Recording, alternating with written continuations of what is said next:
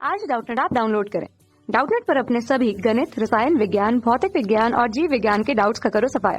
बस प्रश्न की फोटो खींचो, एक ही प्रश्न को क्रॉप करो और तुरंत वीडियो सोल्यूशन पाओ। अभी डाउनलोड करें। प्रश्न हमें दिया हुआ है कि एक ग्रह पर पलायन वेग का मान वी है। अब यदि उस ग्रह की त्रिज्या को हम समान रखें और उसके द्रव्यमान को 4 गुना कर दिया जाता है तो इस स्थिति पर उस ग्रह का पलायन वेग अब क्या हो जाएगा, वो पूछा जा रहा है किसी पिंड के लिए। तो उसका मान हमें विकल्प रूप में 4 वी मतलब पहले से 4 गुना, 2 वी या 2 गुना वी मतलब पहले के मान के जितना, और अंतिम रूप से इसका मान 1/2 वी मतलब पहले के मान का आधा हो जाएगा। ये हमसे पूछा जा रहा है प्रश्न में। देखिए कोई ग्रह हम ले लेते हैं, ग्रह की संरचना के लिए हमने ले लिया, ठीक है। तो ग्रह लिया हुआ है तो उसके लिए उसके केंद्र को O से प्रदर्शित किया है हमने, और उसकी त्रिज्या को प्रदर्शित की जानी है तो R से प्रदर्शित किया है। वो ग्रह है और ग्रह के लिए उसके द्रव्यमान को कैपिटल M से हमने प्रदर्शित कर रखा है, ठीक है। अब बोला जा रहा है कि ग्रह की त्रिज्या समान रहे। पहले हम बात करते हैं पलायन वेग होता क्या है। मान लीजिए यहाँ पर कोई पिंड मौजूद है, सतह पर कोई पिंड मौजूद है। अब इस पिंड को हमें इस ग्रह के गुरुत्वीय क्षेत्र से बाहर लेके जाना है, ताकि वह यहाँ से एक न्यूनतम वेग से यदि उसे ऊर्ध्वाधर ऊपर की ओर फेंका जाता है, तब एक निश्चित वेग वी से यदि उसे फेंका जाएगा, तब वह उस ग्रह के लिए उसके गुरुत्वाकर्षण क्षेत्र को पार कर जाएगा और अनंत पर चला जाएगा और वो वापस नहीं आएगा। उस न्यूनतम वेग को हम बोलते हैं ग्रह पर उस पिंड के लिए उसका पलायन वेग, ठीक है।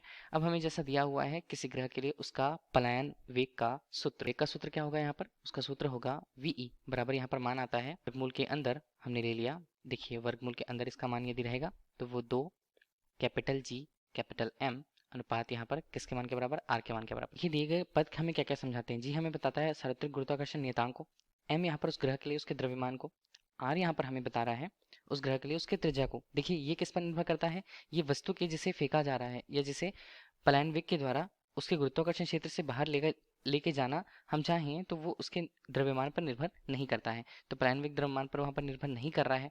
तब यहाँ पर जैसे बोला गया है तो पहली स्थिति पर इसका मान हुआ, ठीक है। अब जैसे बोला जा रहा है दूसरी स्थिति पर, यदि ग्रह की त्रिज्या समान रहे और उसका द्रव्यमान 4 गुना हो जाए तो पलायन वेग क्या हो जाएगा। चलिए इसे हम ले लेते हैं अभी समीकरण 1 के रूप में। अब इसकी तुलना करेंगे। देखिए समीकरण 1 से ही हम देखेंगे तो दूसरी स्थिति पर हम मान के चलते हैं कि पलायन वेग का मान वी डैश के रूप में हो जाएगा। अब देखिए कौन कौन से मान यहाँ पर बदलेंगे वो भी हमें दिया हुआ है। 2 यहाँ पर, G यहाँ पर क्या रहेगा, नियत रहेगा। M की बात आती है, उसका द्रव्यमान 4 गुना हो जाएगा, मतलब प्रारंभिक रूप से 4 गुना, हमने 4 लिया कैपिटल M कर दिया, ठीक है। अब यहाँ पर R का मान जो है वो त्रिज्या समान रहे वो कहा गया, त्रिज्या हमने समान रख ली। तो वी डैश का मान यहाँ पर कितना आएगा, 4 को हम बाहर ले लिए तो ये आया 2 बाहर के रूप में, और यहाँ पर मान आते हैं 2 कैपिटल G कैपिटल M अनुपात यहाँ पर मान R के रूप में, ठीक है। तो ये हमें वी के मान को बता रहा है। तो इसे हम ले लेते हैं समीकरण, वी डैश के मान को बता रहा है।